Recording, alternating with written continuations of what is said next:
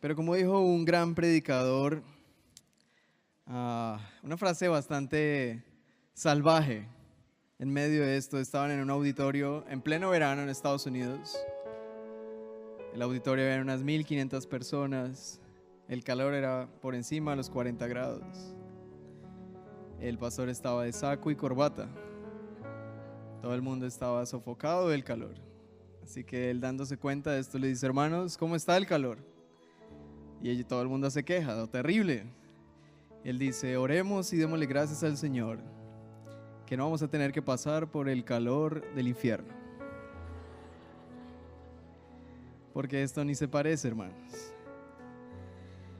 Bueno, para los que creemos en el Señor, pero para los que no creen en el Señor, es la lamentable noticia. Bueno, no sé por qué empecé con esto, pero vamos a la palabra del Señor. Bueno, estamos en una serie terminando febrero y hemos hecho un poco de resumen de lo que vimos el año pasado. Hemos leído y estudiado el libro de Santiago, Lucas, el Evangelio de Lucas y Segunda de Timoteo. Y hoy vamos a tratar de hacer un resumen. Me corresponde tratar de hablar de toda la serie de esenciales de la fe cristiana. Tuvimos un montón de predicaciones y enseñanzas hermosas acerca del noviazgo, matrimonio, sexualidad, crianza.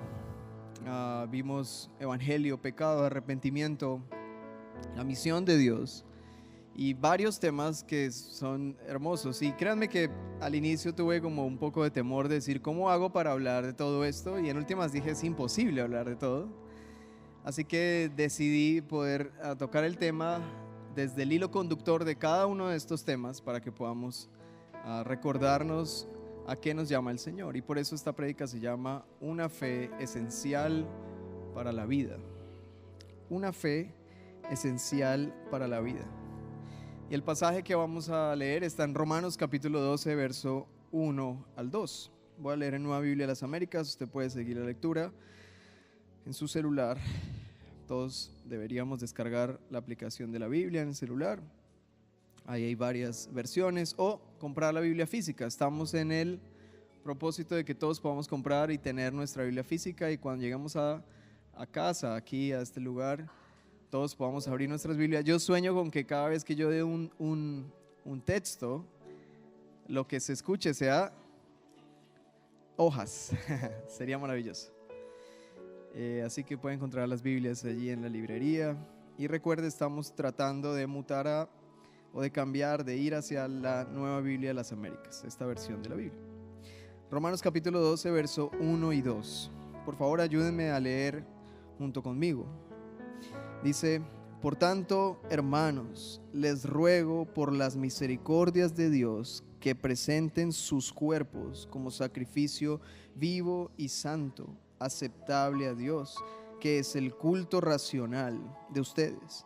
Y no se adapten a este mundo, sino transfórmense mediante la renovación de su mente, para que verifiquen cuál es la voluntad de Dios, lo que es bueno y aceptable y perfecto. Oremos al Señor. Señor, te damos gracias esta mañana por tu palabra. Nos acercamos a ti, Señor, como iglesia. Durante esta semana hemos orado cada uno de nosotros en el secreto, en nuestros tiempos contigo, en nuestros devocionales, pero hoy, Señor, nos acercamos como un cuerpo, juntos como iglesia, Señor, para pedir que tu palabra nos transforme. Necesitamos no amoldarnos a este mundo, sino ser renovados en nuestra mente, y es tu palabra la que nos renueva, es tu Espíritu Santo el que transforma nuestro corazón a través de tu palabra. Así que te pedimos, por favor, que esta mañana nuestros corazones estén dispuestos, nosotros estamos dispuestos a recibir de ti lo que tienes para nosotros. Necesitamos ser transformados. Una y otra vez nos damos cuenta que no somos capaces de cambiar, que no somos suficientes, que no tenemos lo que se requiere para poder vivir esta vida de forma correcta. Por eso, Señor, enséñanos a vivir por la fe y guíanos, Señor, para confiar en ti y dejar de confiar en nosotros mismos. Te lo pido en el nombre de Jesús. Amén. Bien, este versículo está en la carta a los Romanos. Es una de mis cartas favoritas, quizás la carta que de mejor manera explica las verdades del Evangelio, pero al mismo tiempo tal vez la carta que más preguntas nos genera. Y el versículo clave de esta carta está en el primer capítulo de Romanos, que es el versículo 17. Dice: porque en el Evangelio la justicia de Dios se revela por fe y para fe, como está escrito: el justo por la fe vivirá. Pablo cita al profeta Habacuc, quien fue el primero en recibir esta revelación: el justo por la fe vivirá. Y esta es la idea que Pablo va a desarrollar durante todos Romanos. ¿Cómo es que el justo, o cómo es que el creyente es justificado por la fe y no por sus obras? Y Pablo quiere dejar claro que no hay otro camino, que no hay otra alternativa, que solo es por fe y para fe, que se vive solo por fe. Y si no vives por fe, de lo contrario, tú no estás viviendo. Pablo nos quiere dejar esa idea clara. Si tú no vives por fe, todo lo que tú haces es nada. No es vida. No es verdadera vida. Tal vez a ti te guste, tal vez te diviertas, tal vez vayas a cama con el corazón contento porque viviste un día genial, pero si no es por la fe que vivimos, eso no es ni bueno, ni agradable, ni perfecto. Así que él empieza dándonos razones del por qué la fe es importante, esencial para la vida de todo ser humano. Y si lees los primeros capítulos de Romanos, te das cuenta que Pablo quiere decirnos un diagnóstico de cuál es la condición del ser humano, en qué estado se encuentra. Y la condición que nos da Pablo, y le invito a que usted pueda leer eso en su casa. Los primeros 3 capítulos son casi que aterradores. Lees el primer capítulo y tienes 2 opciones. O cierras tu Biblia con temor, o piensas igual y dices: uy, sí, el mundo está terrible. Pero si te das la oportunidad de leer el primer versículo del capítulo 2, lo que te vas a encontrar es un versículo que te aterriza y dice: por lo cual no tienes excusa, oh hombre, quien quiera que seas tú que juzgas, pues al juzgar a otro, a ti mismo te condenas, porque tú que juzgas practicas las mismas cosas. Y parece que Pablo está intentando meter en una misma bolsa a todos los seres humanos, en una misma condición. Que nadie pueda leer este texto, o que nadie pueda pensar que está exento de este diagnóstico, o que no entra dentro de este diagnóstico. Porque nosotros somos expertos en salirnos del diagnóstico. Y cuando, por ejemplo, dicen es que el país está como está por gente que no ayuda, y uno dice: oiga, sí, ¿no? Hay gente terrible. Y todos pensamos que de alguna manera es el resto, pero yo no. Es extraordinaria la forma como nos engañamos a nosotros mismos. Así que Pablo trata de que nadie se salve de pensar que no necesita el Evangelio, y que todos están en una condición de condenación, de miseria, de ruina espiritual, de pobreza espiritual. El verso 10 del capítulo 3 nos da esa sentencia: no hay justo ni aún uno, no hay quien entienda, no hay quien busque a Dios.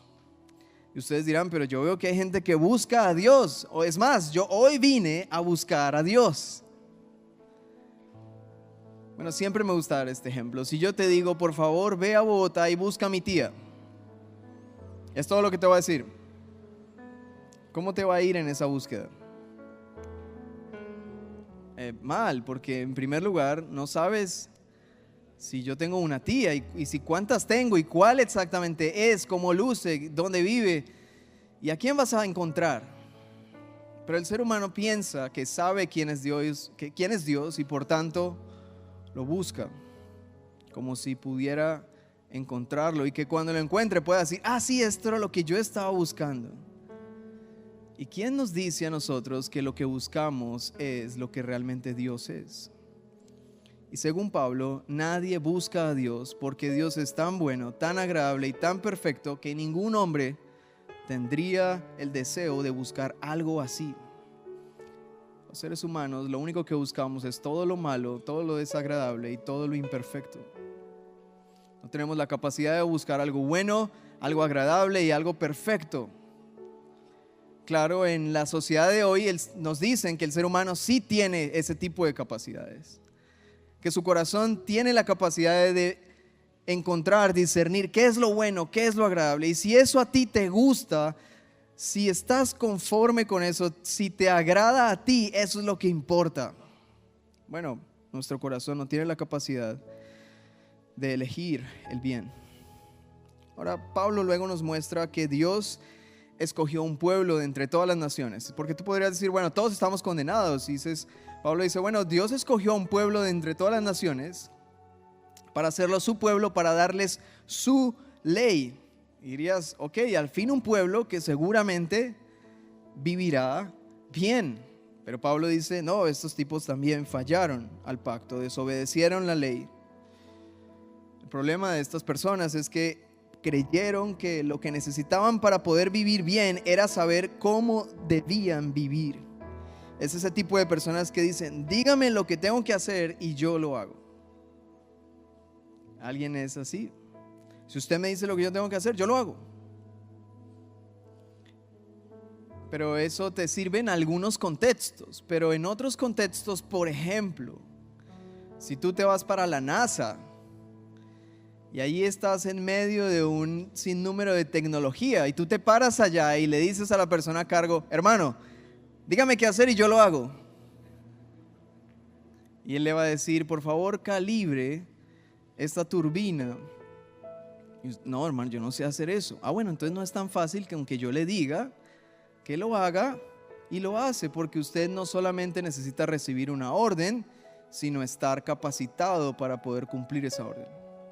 El pueblo de Israel creyó que era suficiente con que Dios les dijera qué hacer, pero Dios estaba más interesado en mostrarle que ellos no eran capaces de hacer lo que Él quería que hicieran. Así que Él no quería que ellos pensaran que podían hacerlo, sino más bien que estaban incapacitados para poder hacer, porque sus leyes estaban más pensadas en el ser que en el hacer. Pero a nosotros nos encanta el hacer por encima del ser. Somos como el pueblo de Israel. Así que para poder cumplir con los mandamientos que recibió el pueblo de Israel, debía ser bueno. Pero todas estas personas, como nosotros, eran malos, muy, muy malos. Entonces nos podíamos preguntar, entonces, ¿para qué Dios les entregó la ley?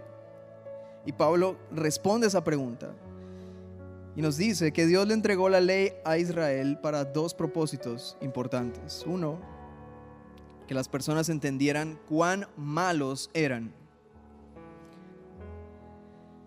cuánto se había corrompido el corazón del hombre. Y segundo, que ellos entendieran que la ley, aunque era perfecta y santa, no podía resolver el problema del corazón del hombre. Solo podía mostrarle su incapacidad y su necesidad de ser salvado. La razón por la que Dios envía una ley perfecta a personas imperfectas es para que ellos entiendan que no tienen lo que se necesita para cumplir esa ley perfecta. Y entonces les genera un sentimiento de incapacidad. Pero la misma ley motivaba a aquellos que se sentían incapaces no a quedarse en el suelo diciendo yo soy lo peor y no sirvo para nada, sino a clamar a Dios que había entregado su ley y decirle, Dios, no soy capaz de hacer eso, por favor, sálvame. Pero ellos, contrario a esa actitud, dijeron, no puedo, pues mañana sí voy a poder.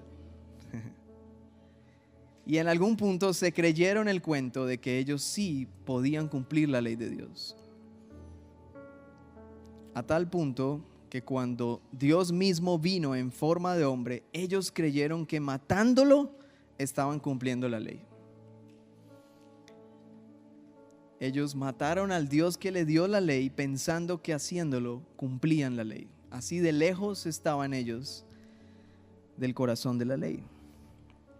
Entonces la carta nos lleva hacia su punto central, y es que el hombre es incapaz de ser bueno, por tanto es incapaz de vivir bien, incluso teniendo la ley perfecta de Dios y estando bajo un pacto con Dios. El hombre es incapaz de ser bueno y de vivir bien, pero en medio de esa desesperanza dirías, bueno, pues estamos perdidos. En medio de eso, Pablo introduce la fe. Y la fe en Romanos es presentada como creer en una promesa, creer en las promesas de Dios. Y no solamente creer en las promesas que no se han cumplido, sino principalmente lo que Pablo desea es que todo creyente crea en la promesa cumplida en Cristo. Y ahí Pablo entonces presenta a nuestro Señor Jesucristo. En medio de esa desesperanza, en medio de ese diagnóstico tan oscuro, Pablo nos muestra la vida y a Cristo como una promesa cumplida, en la que si creemos en esa promesa, tenemos salvación. Y cuando Pablo introduce a nuestro Señor Jesucristo, lo hace como un paralelo entre dos personajes importantes: Adán y Cristo. Adán es un personaje importante para todos nosotros porque fue el primer ser humano. Todos los seres humanos descendemos de él, excepto un ser humano, Cristo, que es nacido de Dios, engendrado en el vientre de María por obra del Espíritu Santo. Cristo es un nuevo Adán para una nueva humanidad. Todos los que están unidos a Adán están condenados a la miseria y a la corrupción del pecado. Y todos los que somos hijos de Adán somos eso, pecadores. Pero Pablo nos introduce a Cristo como un nuevo Adán, como el inicio de un nuevo linaje, como un nuevo Génesis. Y me encanta porque Juan tenía esta visión correcta de un nuevo inicio. Y la razón de que les digo esto es que el Evangelio de Juan inicia con las mismas palabras de Génesis. En el principio. Así inicia Génesis y así inicia Juan su carta. En el principio era el Verbo. ¿Y Génesis cómo inicia? En el principio creó Dios. Así que con estas palabras Juan está diciendo que Cristo es Dios, pero que también Cristo es el nuevo inicio de una nueva era, de una nueva humanidad. Y entonces ahora hay dos descendencias, los hijos de Adán y los hijos de Dios. Ahora tenemos dos uniones, estamos unidos en linaje a dos ancestros, por decirlo así. Nuestro linaje ahora viene de dos tipos de simiente. En nuestro cuerpo y en nuestra carne somos hijos de Adán. Pero por la fe que Dios ha puesto en nosotros, ahora que le hemos recibido, como dice Juan 1:12, mas a todos los que le recibieron, a los que creen en su nombre, les dio potestad de ser hechos hijos de Dios. Algunas personas dicen, todos somos hijos de Dios. No, el hijo de Dios fue Adán, pero Adán quebrantó su pacto con Dios y perdió su legítimo derecho de ser hijo. Así que Adán dejó de ser hijo de Dios y nosotros lamentablemente no nacemos siendo hijos de Dios, sino nacemos siendo hijos de Adán. Eso sí lo podríamos decir. Todos somos hijos de Adán. Pero no todos son hijos de Dios. ¿Quiénes son hijos de Dios? Todos los que lo reciben y creen en su nombre. A esos Dios les dio la potestad de ser hechos hijos de Dios. Algunos de ustedes han hecho eso, por lo tanto nos llamamos hermanos porque tenemos un mismo Padre, nuestro Padre Celestial, que nos ha adoptado en su familia por la fe. Esa es nuestra identidad, hermanos. Así que Pablo lo que nos quiere decir también es que los que estamos unidos a Cristo hemos sido liberados de nuestra unión con Adán que nos condenaba. Y así lo dice Pablo en Romanos 8:1. Dice, por tanto, ahora no hay condenación para los que están en Cristo. Antes tú estabas en Adán y Dios te ha liberado de esa identidad para que ahora estés en Cristo. Y si estás en Cristo, ya no hay condenación para los que están en Cristo Jesús. Esas son buenas noticias.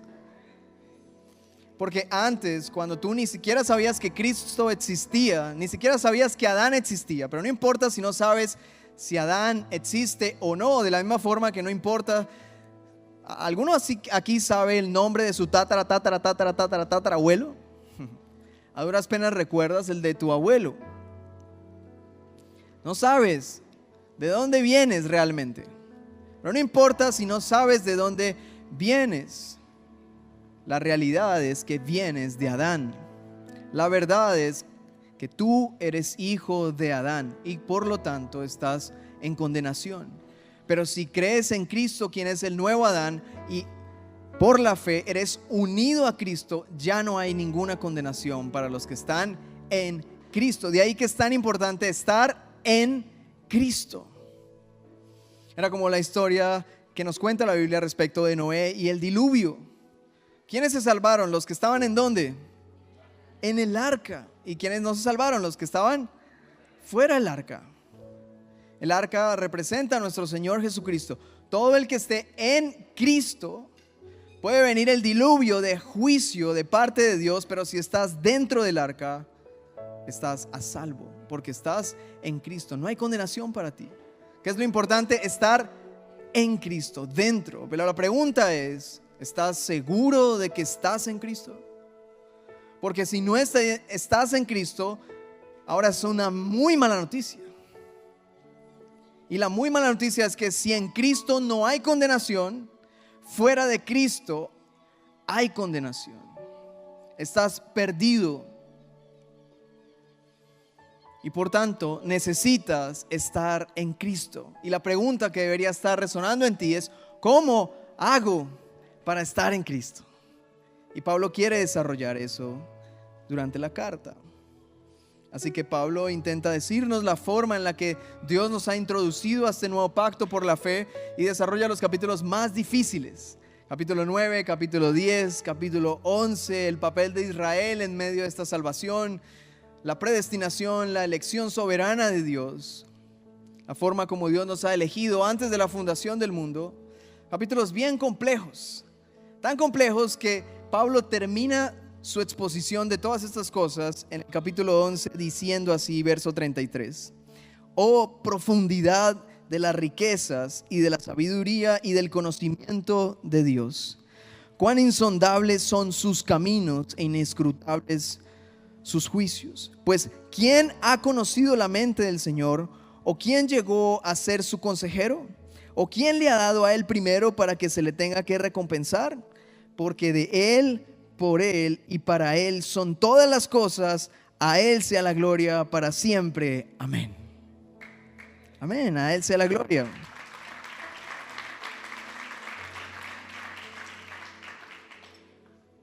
Termina Pablo esta sección hermosa. Toda esta recapitulación que les he hecho termina con esta expresión tan poética y de adoración al Señor. Y llegamos al verso que acabamos de leer, capítulo 12, verso 1.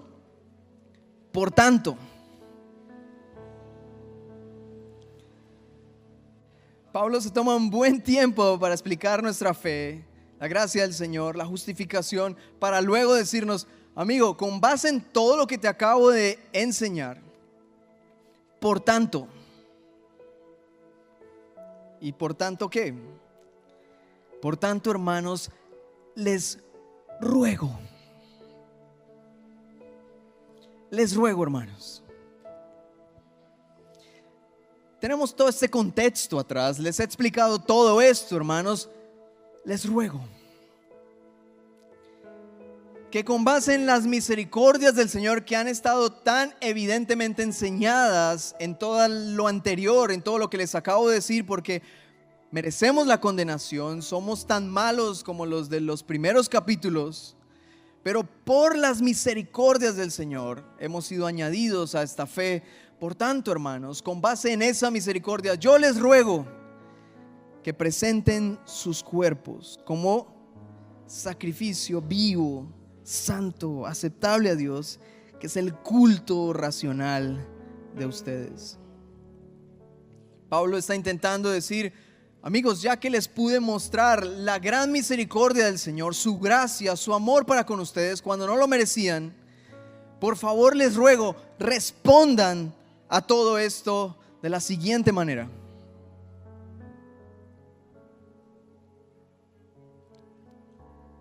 Es como cuando un papá se acerca a su hijo y le recuerda cada una de las cosas que papá ha hecho por su hijo. Hijo, yo he estado contigo en estos momentos, te he apoyado aquí, he estado acá, mira cuánto yo te he amado en esto, claro que me he equivocado en esto y esto, pero yo te he demostrado que he estado ahí para ti, te he apoyado en esto, Y al final, ¿qué es lo que espera papá con ese discurso? Hijo, responde a mis palabras, a mi llamado, escúchame. Tú estás yendo tras gente que acabas de conocer, no llevas ni un año conociendo a esta persona y ya estás haciendo todo lo que esa persona te dice. Te estás yendo tras tus amigos o tras alguien del que estás enamorado supuestamente, pero yo he estado contigo los últimos 15, 20 años. He hecho esto, te he cargado, yo te he demostrado cuánto te amo, escúchame a mí. Yo soy el que te ama de verdad, responde a mi voz, no a la voz de otra persona. Pero ¿qué es lo que hace el hijo? Bueno, ¿qué es lo que han hecho ustedes, amigos? ¿Qué es lo que hemos hecho todos nosotros? Ay, mamá, sí, molesta. Mamá, no se meta, yo sé cómo hago mis cosas. Y bueno, eso es ofensivo, pero es otro ser humano. Pero hermanos, es Dios el que está hablando aquí. Es Dios el que nos está recordando sus misericordias. Y no se las está recordando a personas que no creen en Él, se las está recordando a personas que creen en Él, que han sido salvas, que han sido redimidas con su sangre. Y Pablo les dice: por favor, hermanos, les ruego por las misericordias expuestas hasta aquí, que respondan de manera coherente a todo lo que Dios ha hecho.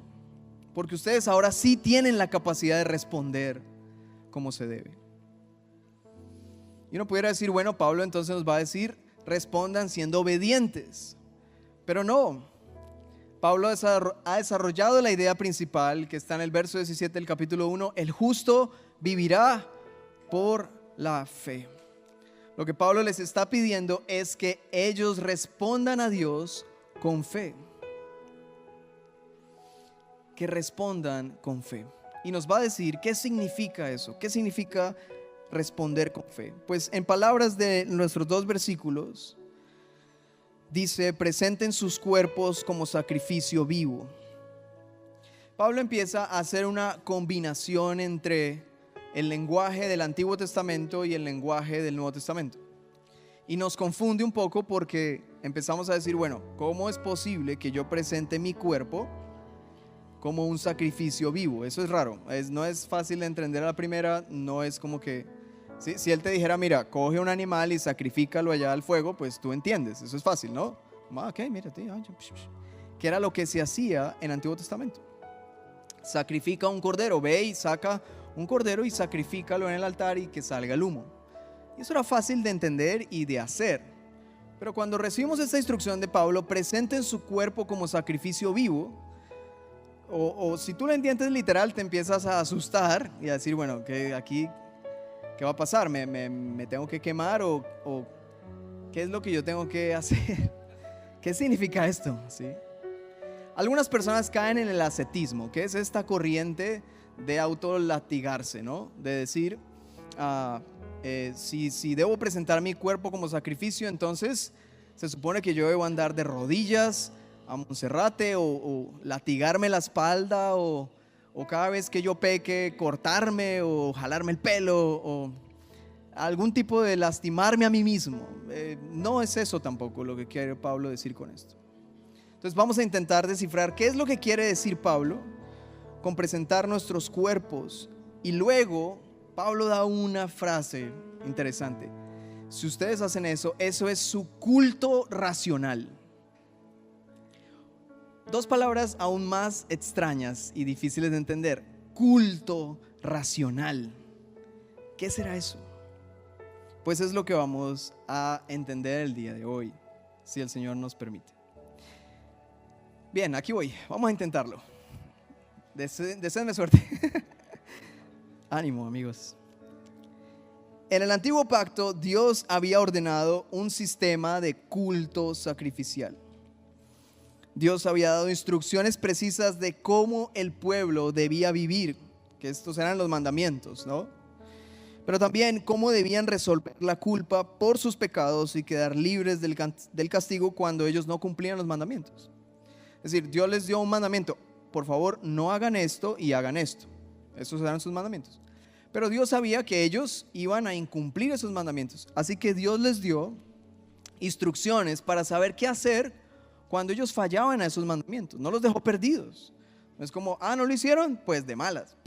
No, Él les dio sus mandamientos y les dio unas instrucciones adicionales para que si fallaban a los mandamientos, ellos pudieran ser libres de la culpa y volver a estar en paz con Dios. Y esas instrucciones para ser perdonados y evadir la culpa era un sistema de culto y de culto sacrificial, como se los acabo de explicar. En muchos de los casos, ese culto sacrificial implicaba derramamiento de sangre de animales. Entonces, la sangre de los animales cubría o expiaba de alguna manera los pecados de la persona que llevaba el animalito al sacrificio.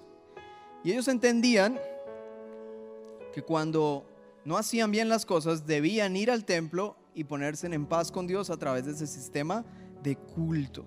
Entonces, cuando la Biblia dice culto, se refiere al servicio de Dios en el templo.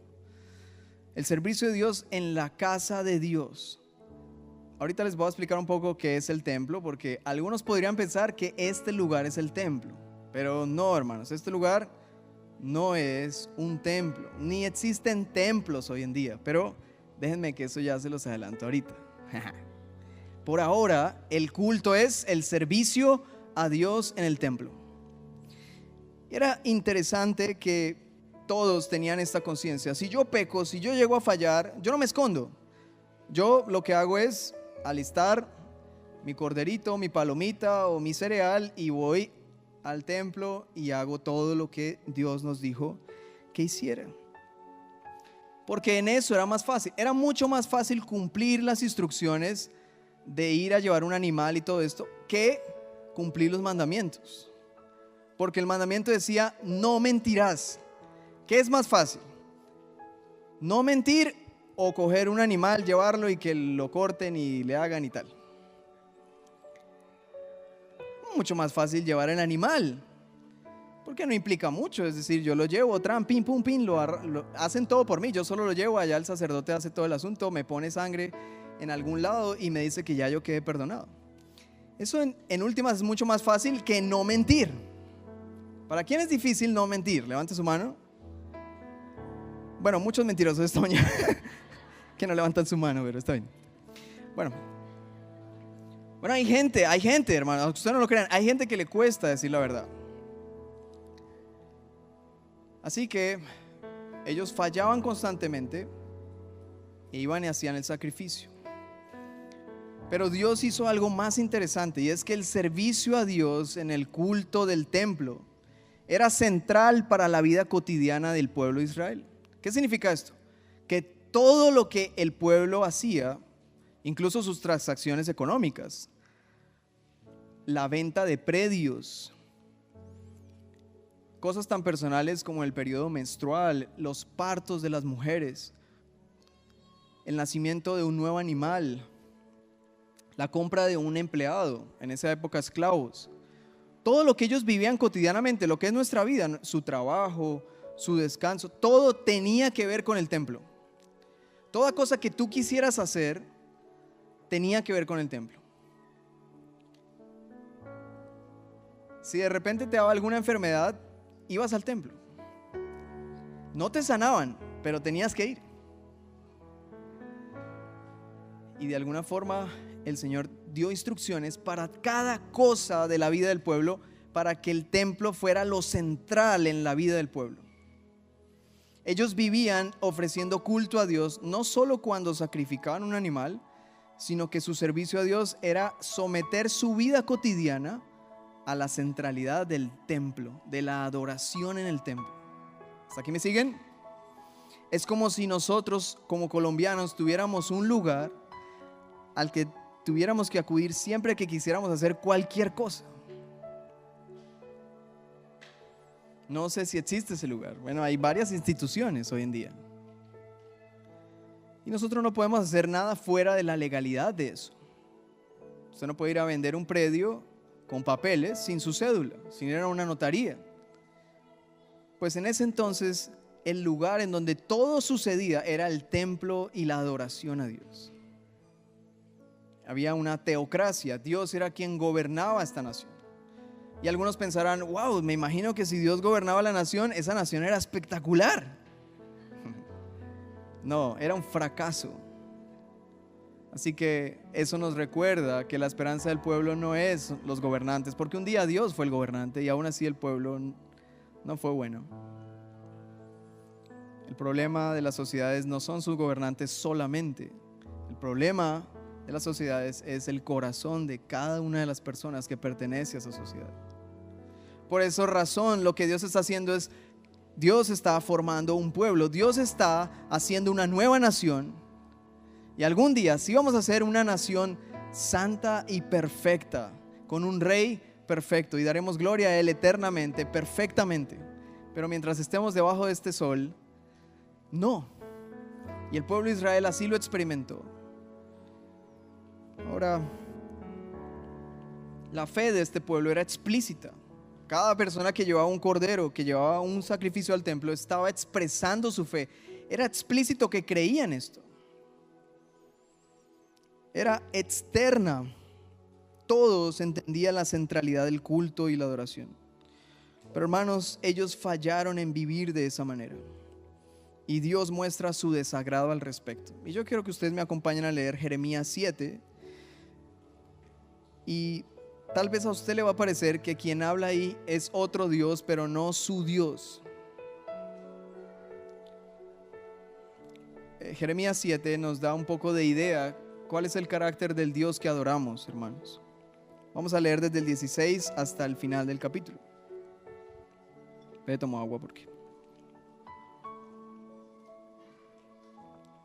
Preste atención, dice Dios a Jeremías: en cuanto a ti, le dice Dios a Jeremías, no ruegues por este pueblo, ni levantes por ellos clamor, ni oración, ni intercedas ante mí, porque no te oiré.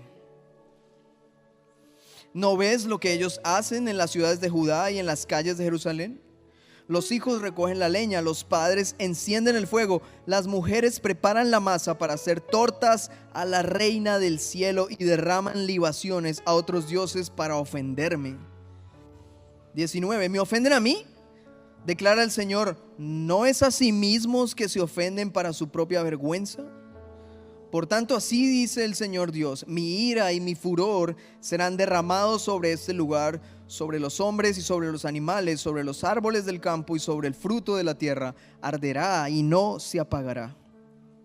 Así dice el Señor de los ejércitos, el Dios de Israel: añadan sus holocaustos a sus sacrificios y coman la carne, porque yo no hablé a sus padres ni les ordené nada en cuanto a los holocaustos y sacrificios el día que los saqué de la tierra de Egipto, sino que esto es lo que les ordené: escuchen mi voz. ¿No es eso como un padre diciéndole a sus hijos? Escuchen mi voz y yo seré su Dios y ustedes serán mi pueblo y andarán... me perdí acá. ¿Qué? ¿En cuál versículo vamos? Me perdí. Y andarán en todo camino por el que yo los envié para que les vaya bien.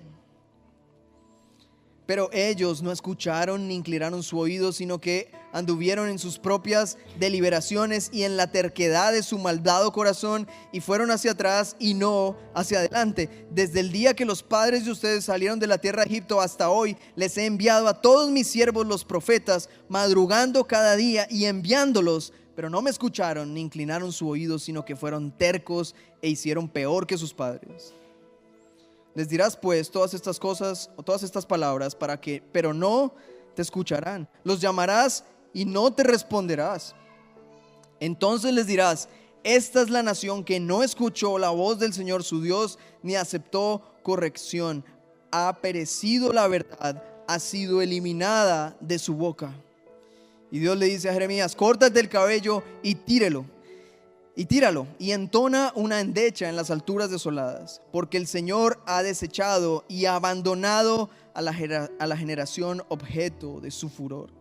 Porque los hijos de Judá han hecho lo que es malo ante mis ojos, declara el Señor. Han puesto sus abominaciones en la casa que es llamada por mi nombre, profanándola, y han edificado los altares altos de Tofet, que están en el valle de Ben Hinnom, para quemar a sus hijos y a sus hijas en el fuego, lo cual yo no mandé ni me pasó por la mente.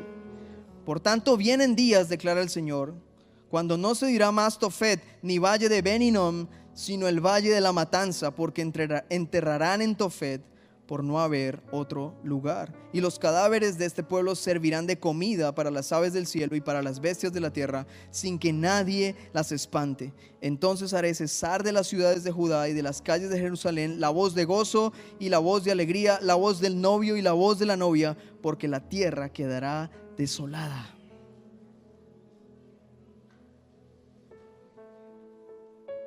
Estas son las palabras del Dios Todopoderoso que adoramos nosotros. Ese es el Dios de la Biblia, hermanos. Con frecuencia los cristianos modernos intentamos reducir a Dios, intentamos minimizar a Dios a una visión tan pequeña de Dios, y nos olvidamos de leer estos textos, hermanos. Nos olvidamos de recordar que el Dios de los ejércitos es un Dios temible. Ahora, lo que más llamó mi atención de este pasaje es que lo que más aborrece el Señor de todas las malas prácticas no fueron necesariamente sus pecados, aunque eso le fastidia al Señor, pero no se enuncian sus pecados. Ahí no están, no le dice el Señor al pueblo que son mentirosos, que son adúlteros, que son fornicarios, y claro que lo eran. Pero ¿qué es lo que más aborrece el Señor? Lo que más aborrece el Señor es que ellos abandonaron la centralidad del templo. Ellos abandonaron vivir su vida cotidiana en torno al templo. ¿Y qué fue lo que hicieron con el templo? Lo profanaron. Llevaron sus inmundicias al templo. ¿Qué hicieron con el templo? Llevaron ídolos al templo, abandonaron el culto sacrificial y empezaron a hacer con el templo cualquier otra cosa menos el culto que Dios había establecido para la expiación de sus pecados. Ellos no querían ser perdonados. Ellos querían vivir mejor. Querían dioses que no les dijeran que eran culpables y que tenían que hacer sacrificios para lidiar con su culpa. Ellos querían dioses que les dijeran que lo que hacían era bueno y divertido, y que había mejores cosas, que había mejores cosechas, que podían vivir de mejor manera, no sometidos a este Dios moral y aburrido. Se cansaron de los sacrificios y se hicieron altares en las montañas. Se hartaron de Dios. Y esto es lo que Dios más repudia: que el propósito del templo pierda su sentido, que el templo que Él había establecido para llevar su nombre ahora esté contaminado con idolatría.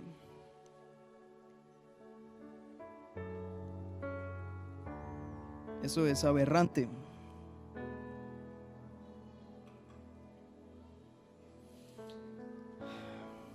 Y usted me dirá: bueno, ¿y eso qué tiene que ver conmigo? Ya lo vamos a ver.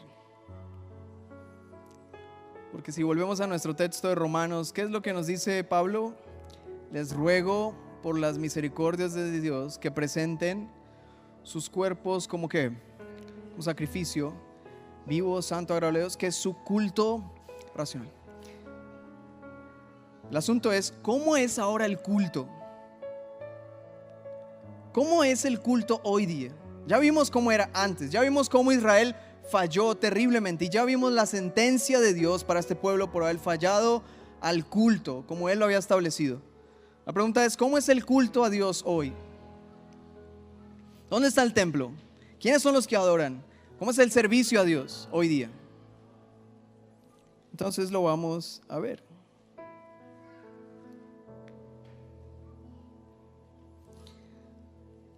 Bien, hasta aquí vamos bien. ¿Hemos entendido? Bueno, espero que sí. Si usted tiene dudas, me puede preguntar entre semana. Tenía mucho miedo de decir esto porque era difícil de explicar. Vamos a ver si lo puedo conectar ahora. Espero que usted me siga ahí. Bien. El templo fueron solamente 2 lugares. En primer lugar, Dios mandó hacer un tabernáculo en la antigüedad. Era el tabernáculo de Moisés. Era una tienda de reunión. Y luego de eso Dios le pidió a David construir un templo. ¿Recuerdan ustedes? Pero David no lo pudo construir porque era un sanguinario. Y entonces Dios dice que su hijo lo va a construir, y Salomón entonces construye el templo. Un templo majestuoso, hermoso, bello. Una maravilla. Y Salomón, curiosamente, hizo el templo de Dios hermoso, pero él también se hizo un palacio para él, un poco más grande. Y en ese hermoso templo el Señor estableció la adoración. Y hay un pasaje hermoso en Crónicas en donde el templo es consagrado y dice que el pueblo vio como el humo de la presencia del Señor llenó toda la casa y la gente cantaba alabanzas. Y era espectacular, hermanos. Una cosa increíble, la misma presencia del Señor en el templo, en el día de consagración del templo. Todos cantaban, estaban felices, adoraban al Señor, presentaron sus sacrificios. Todo el sacrificio era humo agradable al Señor, era espectacular. Pero eso no duró ni una sola generación. Y al final quedaban las ruinas de los múltiples templos destruidos por el juicio de Dios, hasta el día en que llega nuestro Señor Jesucristo. Nuestro Señor Jesucristo nace y se entendería que el Salvador seguramente debía nacer en el templo. Que el Salvador tenía su lugar. El templo era la casa de Dios. ¿Dónde debía nacer Jesús? En su casa. Pero Dios estaba tan molesto y tan lejos del templo que un pesebre fue más digno que el templo. La gloria, la riqueza, la maravilla del templo era miseria pura, al punto que un pesebre fue más digno que un templo. Nace nuestro Señor, vive nuestro Señor, y un día nuestro Señor da la siguiente declaración: destruyan este templo y en 3 días lo voy a volver a levantar. Y ellos dijeron: pero ¿qué te pasa, brother? Si tú sabes cuánto tiempo se demoraron construyendo esto. Pero dice la Biblia que Él se refería a su propio cuerpo. Y la manera como se nos presenta Jesucristo fue aquel que habitó entre nosotros. Y la palabra habitar entre nosotros significa la misma palabra para tabernáculo. Es decir, que Dios vino a hacer su tienda de campaña entre nosotros. Y la tienda de campaña ya no era una tienda con telas y lugar santo, lugar santísimo y atro. No, ahora la tienda de Dios era un cuerpo, era Cristo. El templo pasó de ser una cosa externa y material a ser una cosa personal. Ahora el templo ya no era una cosa, era alguien.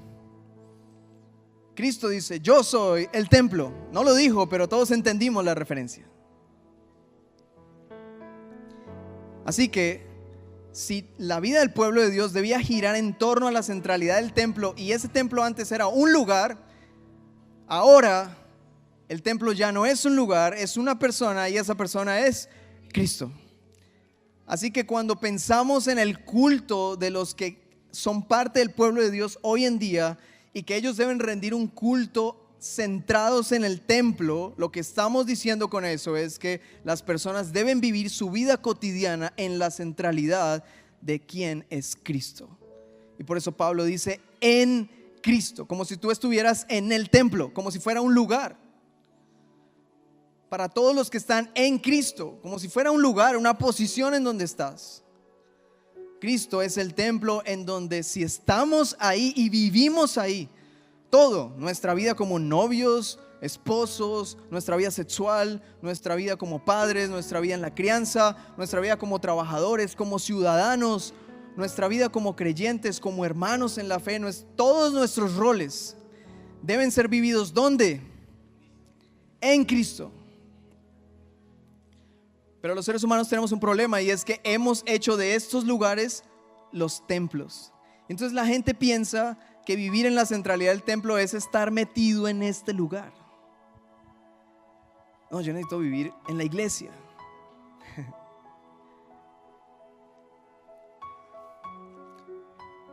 No, este lugar no es el templo, hermanos. Esto no es un templo, ni existen más templos. No hay más templos. Y si alguien dice, hermanos, vamos a levantarle una casa al Señor, vamos a recoger fondos para un templo para el Señor, es mentira. No hay templos hoy en día. Dios no habita en casas hechas por manos de hombres. Él ha decidido habitar por cosas hechas por su propia voluntad. ¿Y quiénes son los que son hechos por su propia voluntad? Nosotros, sus hijos. ¿Qué dice Dios de sus hijos? No son engendrados por voluntad de carne ni de sangre, sino por voluntad de Dios. Así que Dios ha decidido habitar en templos que han sido hechos por su voluntad, pero no por templos que han sido por voluntad humana. ¿Dónde habita el Señor? En todos aquellos que Él llama sus hijos. ¿Cuál es el templo entonces? Cristo. Y nosotros somos el cuerpo de Cristo. Y nosotros somos el templo del Espíritu Santo. ¿En dónde se debe rendir culto ahora, hermanos? ¿A dónde tienes que ir para rendir culto? A ningún lado. Tú eres el templo. ¿En dónde debes adorar al Señor? ¿En dónde debes ofrecer tus sacrificios vivos, santos y agradables? ¿En dónde? En donde tú estés. Porque el culto ahora, el servicio a Dios ahora es aquí. A mí me encanta servir en la casa de Dios. Bueno, para algunas personas eso es venir a este lugar. Y no está mal venir a servir aquí en esta congregación. Venir a servir en esta asamblea de santos, en esta iglesia que somos todos como personas. Eso está bien.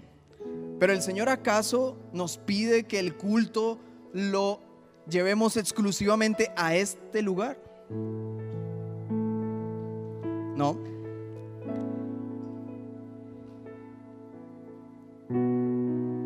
Veamos lo que dice Pedro en su primera carta, capítulo 2, verso 5. También ustedes, como piedras vivas, sean edificadas como casa espiritual para un sacerdocio santo, para ofrecer sacrificios espirituales aceptables a Dios por medio de Jesucristo. Es como si Pablo y Pedro se hubieran puesto ahí como de acuerdo, ¿no? Estos son versículos que hacen match. Romanos 12:1, 1 Pedro 2:5. Pablo nos da un claro indicativo. Ustedes son piedras vivas. Dios está construyendo una casa espiritual con gente viva. Antes los sacrificios eran de muerte. Tú matabas a alguien y era un sacrificio de muerte. Es estas personas que dicen, Señor, yo estoy dispuesto a morir por ti. Pero Dios no nos pide que muramos por Él. Él quiere que vivamos por Él. Eso significa un sacrificio vivo. Que no es la muerte, no es decir, Señor, aquí mátame. Sí, que aquí llegue alguien a dispararnos, es decir, ¿quién cree en Cristo? Los que creen en Cristo aquí, los que no creen en Cristo allá. Y vamos a matar a los que creen en Cristo. Y dice, Señor, aquí estoy. Y alguno pensará que al hacer eso va derechito al cielo.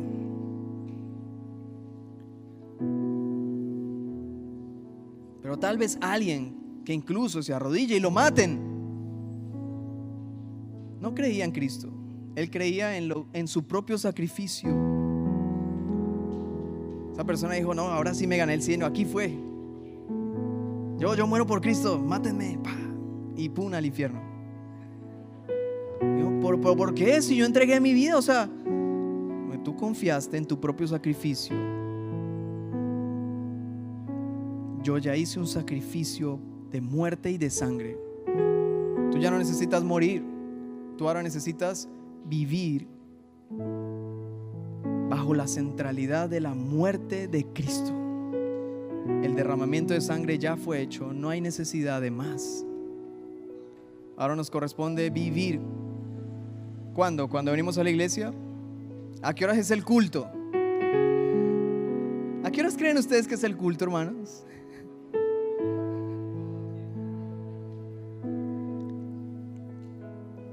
¿A qué horas empieza la adoración? Hermano, usted abre los ojos en la mañana y el templo abre sus puertas. El asunto es, ¿a quién adoras? Porque, hermanos, el templo, mientras tú estás despierto, nunca está cerrado.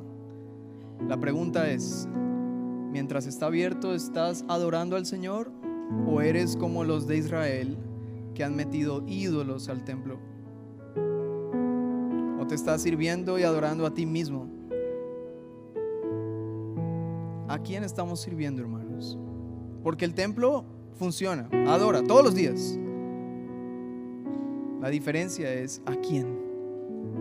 ¿Cuál es el objeto de nuestra adoración? Por último, el culto racional. La palabra racional en el griego significa divinamente racional. Divinamente racional. ¿Qué significa eso? No es que tú sirvas al Señor con tu razón solamente, sino que tu razón debe estar informada divinamente por Dios.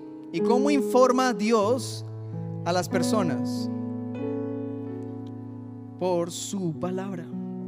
Por eso el verso 2 dice: transfórmense mediante la renovación de su mente.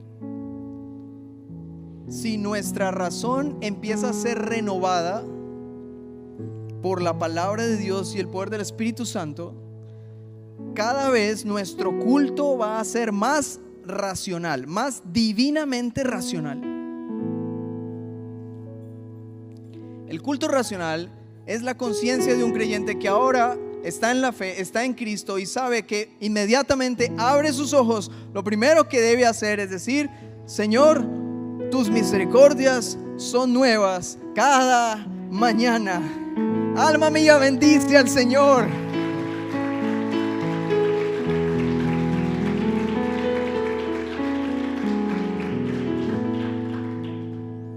Alma mía, bendice al Señor. Y no olvide ninguno de sus beneficios. Ay, hermanos, pero cuánto olvidamos las misericordias del Señor. Cuánto nos olvidamos, cuánto nos distraemos, cuánto nos amoldamos a este mundo. Y es lo que Pablo nos advierte: no se adapten a este mundo. ¿Y cómo nos adaptamos al mundo? ¿Qué es lo primero que haces cuando te levantas? Revisar tu celular, pararte. Ya dejaron eso ahí botado. La primera frase que sale de ti: ¿quién dejó este pantalón ahí botado? Es como, brother, son las 6 de la mañana. O sea, pero ¿acaso no es nuestro instinto? ¿No es lo que nos jala, lo que nos hace estar unidos a Adán? Vivir como si no estuviéramos unidos a Cristo, como si olvidáramos que su misericordia nos alcanzó.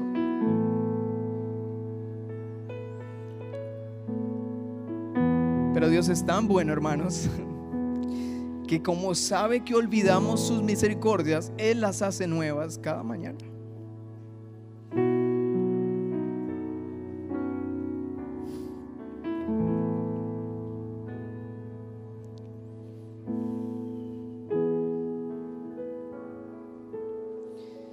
Dios es muy bueno.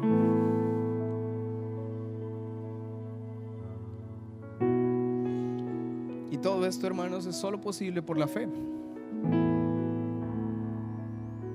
Esto es vivir por la fe. Por eso es una fe esencial para la vida. Sin fe ¿Cómo vivimos, hermanos? ¿Qué es la fe para el creyente? Todo. Sin fe es imposible agradar a Dios.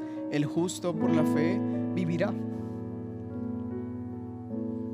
Pero nosotros seguimos pensando que debemos vivir por cualquier otra cosa. Y rendimos culto a cualquier estupidez. El Señor hoy nos recuerda su pacto de amor, su misericordia. Él es el templo. Tú y yo no somos judíos, hermanos. ¿Alguno aquí es judío? No. Bueno, tal vez sí, la otra no. No la voy a decir.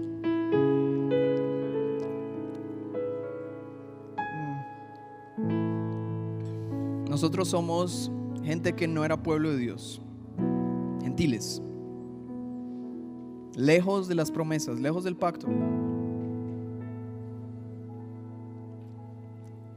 Pero por la misericordia del Señor, sus promesas nos alcanzaron. Estamos a miles de kilómetros de Jerusalén, hermanos.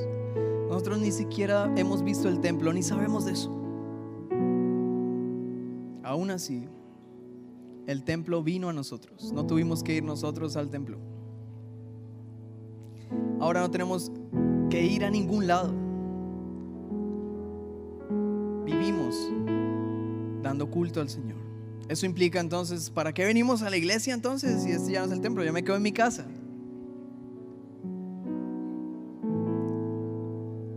El pasaje que leímos de 1 de Pedro dice: ustedes son como piedras vivas. No dice ustedes una piedra viva. Dice ustedes son como piedras vivas. Cuando el Señor oró, no dijo Padre mío. ¿Cómo dijo? Padre nuestro. Esta fe esencial para la vida no se puede vivir solos. Esta fe es corporativa. Y aunque es individual para salvación, se vive de forma corporativa. Dios construye su casa con piedras vivas. No con corazones de piedra, con piedras vivas. Piedras vivas. Qué cosa tan rara, ¿no? Una piedra viva. Pongámonos en pie y oramos al Señor.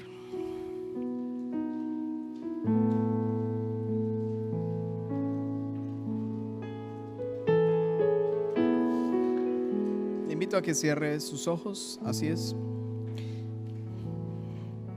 Cierre sus ojos, por favor.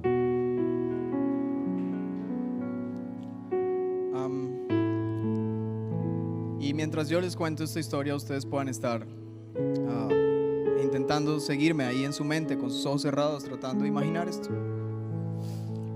El pueblo de Israel un día vio a Dios en una columna de fuego. Imagínense en eso, una columna de fuego.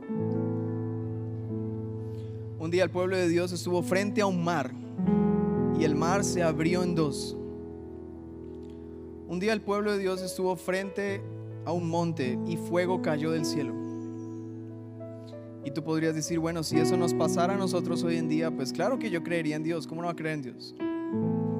Imagínate que estamos aquí, salimos allá al parqueadero, yo les digo, hermanos, en 10 segundos va a caer fuego del cielo y va a consumir todo ese pasto. Y de repente empiezo la cuenta regresiva y el fuego cae y quema el pasto y no nos quema a nosotros. Enseguida seguramente todos empezamos a dar gritos y asustarnos o a adorar al Señor de alguna manera.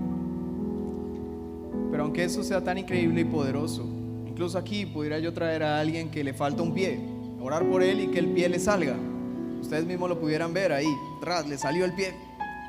Y aunque eso pudiera ser algo tan increíble y tan espectacular y todos pudieran dar aplausos y decir, wow, Dios es increíble, ninguna de las cosas asombrosas, como por ejemplo la creación, Dios dijo, hágase la luz y la luz se hizo. Eso es increíble, hermanos. Dios dijo que salgan las montañas y eso es espectacular. Imagínate que las montañas creándose, eso es increíble, es poderoso. Pero nada de eso nos hace creer en Él. Nada de esas cosas asombrosas que Dios hace tiene la capacidad de romper nuestros corazones de piedra. Hay un poder que sí logra eso. Hay un poder que Dios tiene y es el que Dios llama el poder del Evangelio. El Evangelio es poder de Dios para salvación. Y tú esperas y dices, bueno, seguramente este poder se manifestó de forma increíble, mejor dicho, seguramente, ¿dónde está? O sea, yo lo quiero ver, ¿dónde está? Yo quiero ese poder. El poder del Evangelio nació en un pesebre mugriento. El poder del Evangelio entró a su ciudad, a la Jerusalén, en un burro. El poder grandioso y majestuoso caminó por el Calvario con una cruz pesada encima, derramando sangre. El poder grandioso del Evangelio guardó silencio, no abrió su boca, como cordero fue al matadero. El poder grandioso del Evangelio fue crucificado. El poder grandioso del Evangelio se muestra en un Cristo que, siendo Dios, teniendo la capacidad de destruirnos a todos, guardó silencio, no abrió su boca. Se burlaban de él, lo escupían, lo clavaron a una cruz y él no abrió su boca. Y la única vez que abrió su boca fue para decir: Padre, perdónalos, porque ellos no saben lo que hacen. Ese es el poder grandioso del Evangelio. Ese poder murió. El poder murió. La luz se apagó. Hubo silencio, hubo tinieblas. Y el silencio reinó por un día, hermanos, pero al tercer día el poder resucitó. El Espíritu Santo levantó al poder con poder y lo levantó de los muertos para darnos esperanza de resurrección, para que pudiéramos, como aquellas mujeres que fueron al sepulcro y no encontraron a Jesús, correr y devolverse y decir: no está, no está, la tumba está vacía, Él resucitó como Él mismo lo había dicho. El poder nos empoderó y nos dijo: vayan y hagan discípulos a todas las naciones, y yo estaré con ustedes todos los días hasta el fin del mundo. Y les dijo: van a recibir el poder del Espíritu Santo, y ustedes me serán testigos en Jerusalén y hasta lo último de la tierra. Y un día ese poder nos llegó aquí a Colombia, hermanos. ¡Qué increíble! Ese poder ascendió al cielo y dijo: voy a estar sentado a la diestra del Padre, pero yo les enviaré otro consolador, el Espíritu Santo. Ese poder está en nosotros, vive en nosotros. Ese es el poder del Evangelio que nos salva una y otra vez. Y ese es el Dios que adoramos. Ese es el Dios al que le rendimos culto. Ese es el Dios que es digno que cada mañana nos levantemos y digamos: Señor, nuevas son tus misericordias cada mañana. Bendito sea tu nombre hoy. Padre nuestro que estás en el cielo, santificado sea tu nombre. Ese es el Dios que adoramos. Ese es el poder del Evangelio. Ese es el Dios que predicamos: a Cristo crucificado y a este resucitado de los muertos, la primicia de los que resucitarán algún día. Ese es nuestro Señor. A Él sea la gloria por los siglos de los siglos. Amén.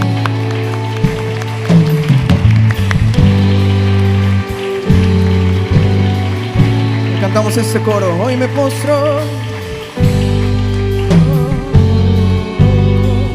Decimos: hoy me postro ante Jesús. Hoy me postro